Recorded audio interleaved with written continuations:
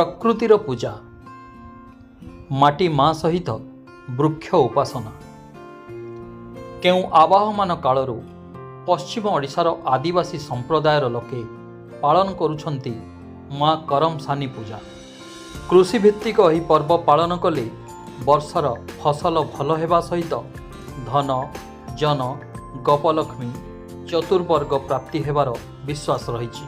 एथिपाई भाद्रव मासरे आदिवासी संस्कृतिर एही महान पर्व सुवर्णपुर जिल्लार पड़ापड़ारे पालित होइथाय।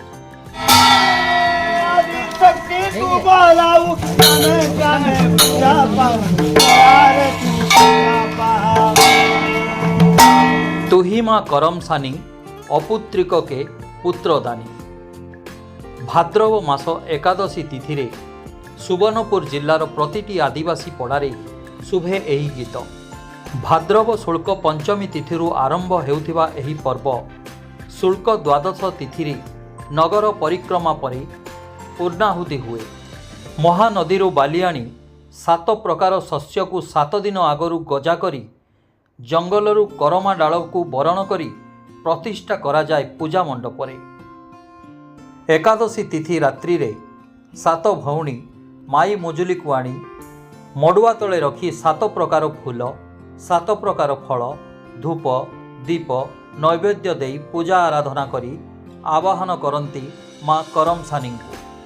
भाद्रव मास गणेश चतुर्दशी दिन इलाके आम नदी में बाली काटूँ और से नदी बाली रे आम डाली जातीय शस्य मैंने जी अच्छे 7 प्रकार से आम मिसेक गजा उत्पादन कराई 7 दिन तक।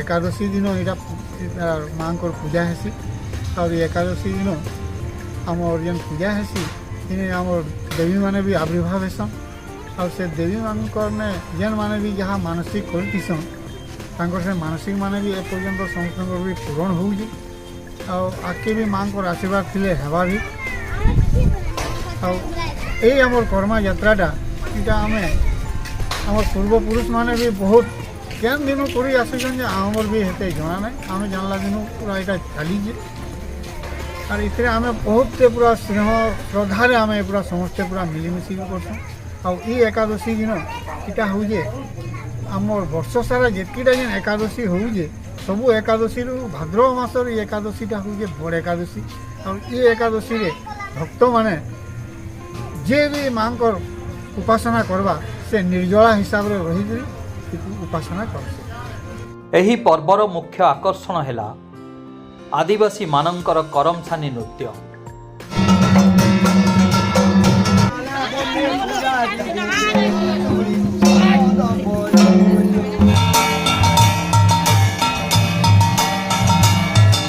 धंगरा धांगरी बुढ़ा बुढ़ी ठू आरंभ करी छोट पुओ झियो सभिए मादलर सुरे सुरे नाची थांती राति सारा मडुआ चारिपाखरे।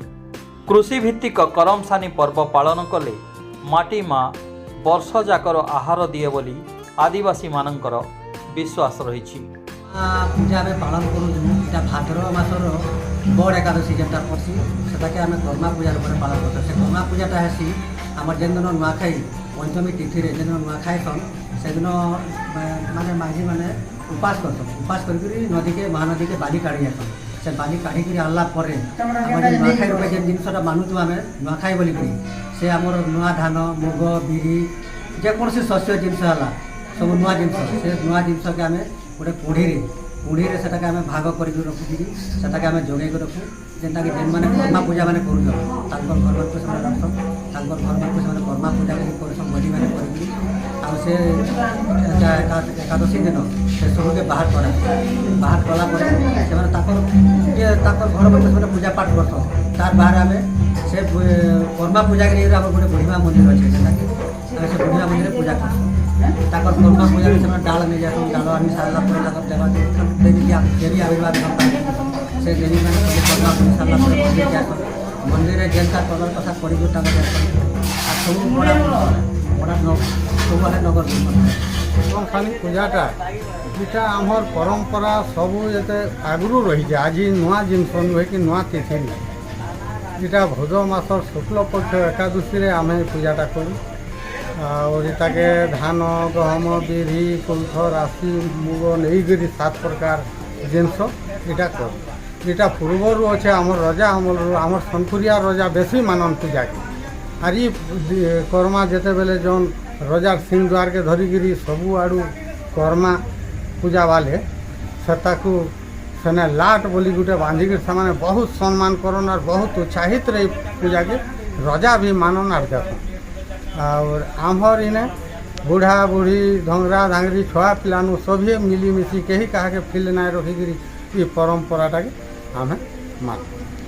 ଆଧୁନିକତାର ପ୍ରଭାବରେ ଆଜି ବି ମଳିନ ପଡ଼ିନାହିଁ କରମସାନି ପରମ୍ପରା। ଗାଁ ଗହଳିଠୁ ଆରମ୍ଭ କରି ସହରରେ ରହୁଥିବା ଆଦିବାସୀ ସମ୍ପ୍ରଦାୟର ଲୋକେ ବଡ଼ ଜାକଜମକର ସହିତ ପାଳନ କରୁଛନ୍ତି ଏହି କରମସାନି ପର୍ବ। ସୁବର୍ଣ୍ଣପୁରରୁ ପ୍ରକାଶ ଚନ୍ଦ୍ର ବେବର୍ତ୍ତାଙ୍କ ରିପୋର୍ଟ, ସ୍ପଟଲାଇଟ୍ ଇଣ୍ଡିଆ।